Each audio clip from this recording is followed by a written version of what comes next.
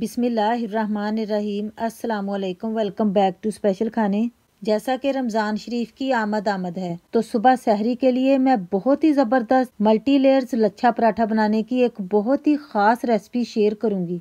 इस रेसिपी में मैं फ्रोज़न पराठों के लिए 2 सीक्रेट इंग्रेडिएंट्स डालते हुए परफेक्ट आटा गूंदने का तरीका भी दिखाऊंगी और साथ ही पराठों को फोल्डिंग करने की टेक्निक भी शेयर करूंगी। आप इन पराठों को एक बार बनाकर पूरे रमजान शरीफ के लिए किस तरह फ्रीज कर सकते हैं वो भी मैं आपको बताऊंगी। तो चलिए आइए बहुत ही यूजफुल रेसिपी को बनाना स्टार्ट कर लेते हैं।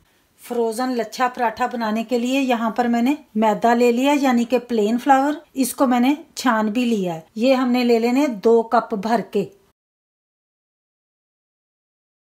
अब हमने इसके अंदर शामिल कर लेना है 1 कप गेहूं का आटा यानी कि नॉर्मल आटा, वही आटा जो हम डेली रोटी के लिए इस्तेमाल करते हैं। अब मैं शामिल करूंगी इसके अंदर पिसी हुई शुगर 1 टेबलस्पून। 1 टीस्पून से थोड़ा सा कम मैं सॉल्ट का ऐड कर लूँगी। 1 टेबलस्पून यहाँ पर मैं सूजी को भी ऐड कर लूँगी। इसके साथ भी फ्लेवर बहुत अच्छा आता है। जो फ्रोज़न पराठे हम बाज़ार से लेते हैं ना, उसके अंदर हमेशा सूजी ऐड होती है। अच्छी तरह हमने ड्राई इंग्रेडिएंट्स पहले मिक्स कर लेने हैं। अब हमने शामिल कर लेना है 1 टेबल स्पून के करीब घी। आप देसी घी भी ऐड कर सकते हैं और आप 1 टेबल स्पून आप ऑयल का भी शामिल कर सकते हैं। अब हमने थोड़ी सी इसके अंदर इस तरह जगह बना लेनी है और यहाँ पर मैं शामिल करूँगी 2 टेबल स्पून दही के। दही को ऐड करने से पराठे फूलेंगे भी और लेयर्स भी खुलेंगी। अब हमने शामिल कर लेना है 1 कप नॉर्मल, यहाँ पर मैंने दूध लिया है, ना गर्म ना ठंडा, ये हमने शामिल कर लेना है।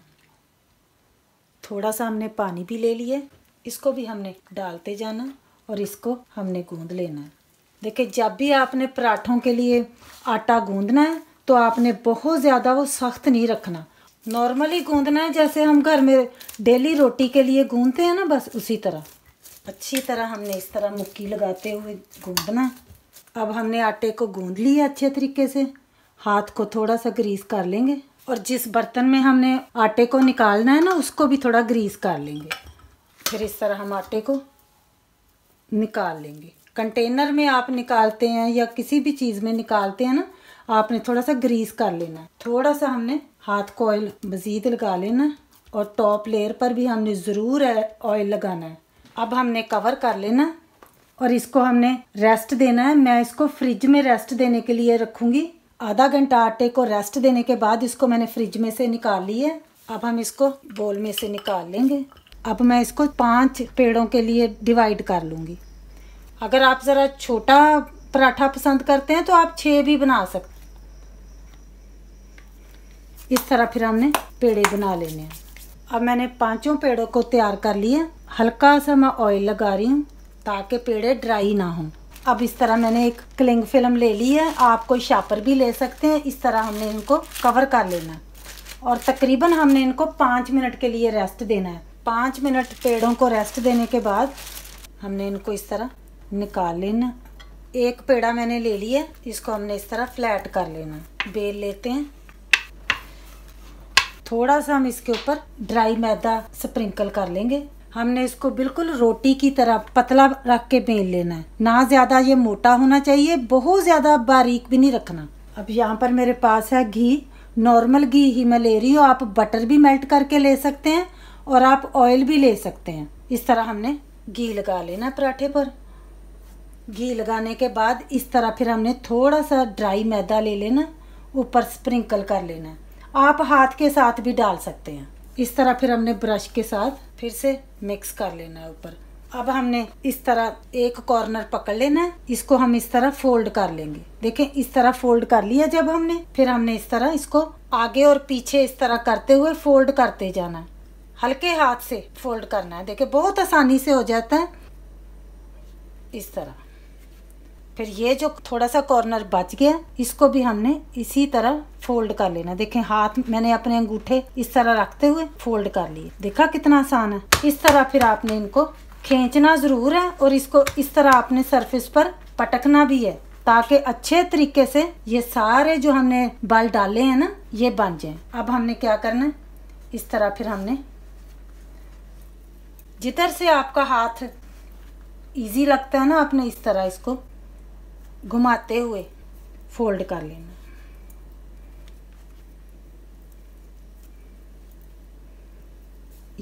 ये जो साइड है ना किनारा को हमने खींचकर थोड़ा लंबा कर लेना और पतला कर लेना। फिर इस तरह हमने पराठे के इसको अंदर फोल्ड कर देना। माशाल्लाह कितना ब्यूटीफुल बना है। अब यहाँ मैंने एक दूसरे वाला पेड़ा ले लिया, लेकिन इसके साथ मैं आपको डिफरेंट तरीके से लेयर्स बनाना दिखाऊंगी। सबसे पहले थोड़ा सा हमने ड्राई मैदा स्प्रिंकल कर लेना है सरफेस पर। फिर हमने ये पेड़ा ऊपर रख लेना है। थोड़ा सा हम मैदा पेड़े के ऊपर भी स्प्रिंकल कर लेंगे दोनों हाथों के साथ। फिर हमने इस तरह इसको फैला लेना है। जब थोड़ा सा हमने पेड़े को फैला लेना है, फिर हमने बेलन ले लेना, इसके साथ हमने इसको बड़ा कर लेना है। जब हमने इसको रोटी की तरह बड़ा फैला लेना है, इसकी मैं थिकनेस भी आपको चेक करवा देती हूँ। देखें इस तरह की होनी चाहिए। बहुत ज़्यादा हमने इसको पतला भी नहीं रखना और बहुत ज़्यादा मोटा भी नहीं रखेंगे। फिर हमने इस तरह घी ले लेना, ब्रश के साथ हमने घी लगा लेना है ऊपर। घी लगाने के बाद फिर हमने ड्राई मैदा ले लेना, इसको हमने ऊपर स्प्रिंकल कर लेना। एक बार फिर हमने ऊपर से हल्का सा ब्रश इस तरह फेर लेना है ताकि घी और ये जो ड्राई मैदा है ये मिक्स हो जाए। अब यहाँ पर मैंने एक पिज़्ज़ा कटर ले लिया है, आप नाइफ भी ले सकते हैं। इस तरह फिर हमने पिज़्ज़ा कटर के साथ थोड़ा थोड़ा फासला रखते हुए हमने लाइंस काट लेनी है। इस तरह से हमने दोनों साइडों से आर पार नहीं करना, कट को थोड़ी सी गुंजाइश रखनी है हमने। अगर लाइनें थोड़ी सी टेढ़ी मेढ़ी भी हो जाए वो कोई मसला नहीं है। इतनी सी जो साइड पर है ना कॉर्नर, ये हमने छोड़ देना है दोनों साइडों से, और ऊपर से भी और नीचे से भी। अब हमने इस तरह हल्के हाथ के साथ ना इसको फोल्ड कर लेना। बहुत ज़्यादा टाइट भी नहीं हमने फोल्ड करना और बहुत ज़्यादा हमने लूज भी नहीं फोल्ड करना। बस इस तरह हल्का हाथ रखते हुए ना हमने फोल्ड करते जाना। बहुत ही आसान ये तरीका है बनाने का। एक दो दफ़ा बनाएंगे तो आपकी प्रैक्टिस हो जाएगी।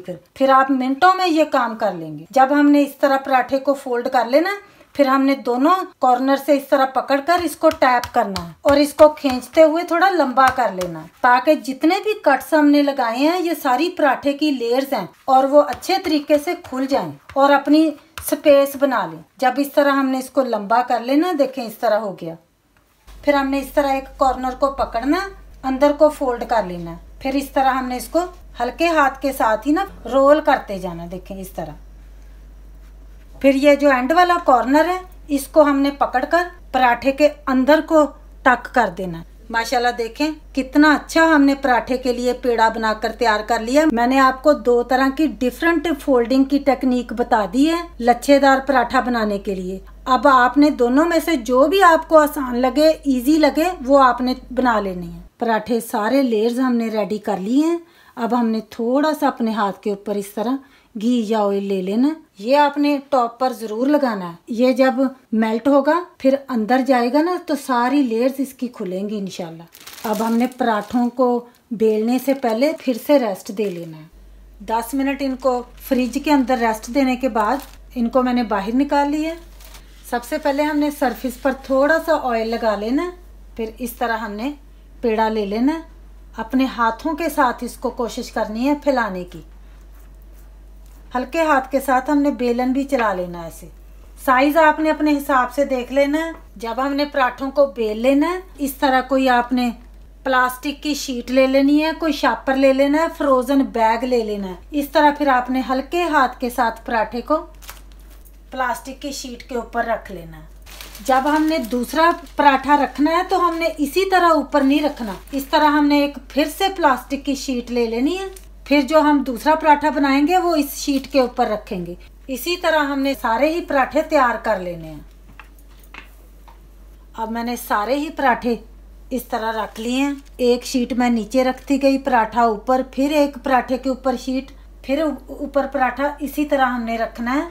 ये मैंने लास्ट वाला पराठा भी रख लिया। जब लास्ट वाला पराठा हमने रखना है तो इसको हमने ओपनली नहीं रखना, इसके ऊपर भी हमने प्लास्टिक की इस तरह शीट दे लेनी है। सारे पराठे हमने इस तरह जिपलॉक बैग के अंदर या फिर किसी भी फ्रोजन बैग के अंदर हमने इस तरह रख लेने हैं। अब ये रेडी हो गए हैं फ्रीज होने के लिए। इस तरह आप फ्रीज करके महीनों तक भी रखेंगे तो ये कभी भी खराब नहीं होंगे। जैसे ही आप इनको निकालेंगे बिल्कुल आपको फ्रेश टेस्ट मिलेगा इंशाल्लाह ताला। जब आपने इनको फ्राई करना है फिर आपने इनको 5 से 10 मिनट पहले ही फ्रीज़र में से निकाल लेना है। तो फिर आपने इस तरह इनको फ्राई कर लेना है। दरमियानी आंच रखेंगे, बहुत ज़्यादा हाई फ्लेम पर नहीं हमने इनको फ्राई करना।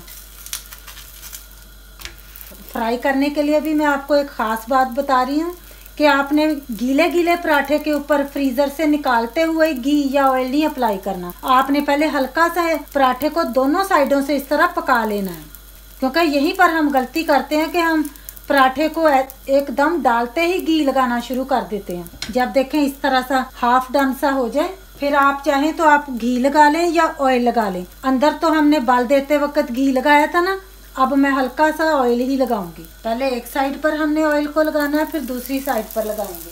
माशाल्लाह देखें कितना परफेक्ट डन हुआ है।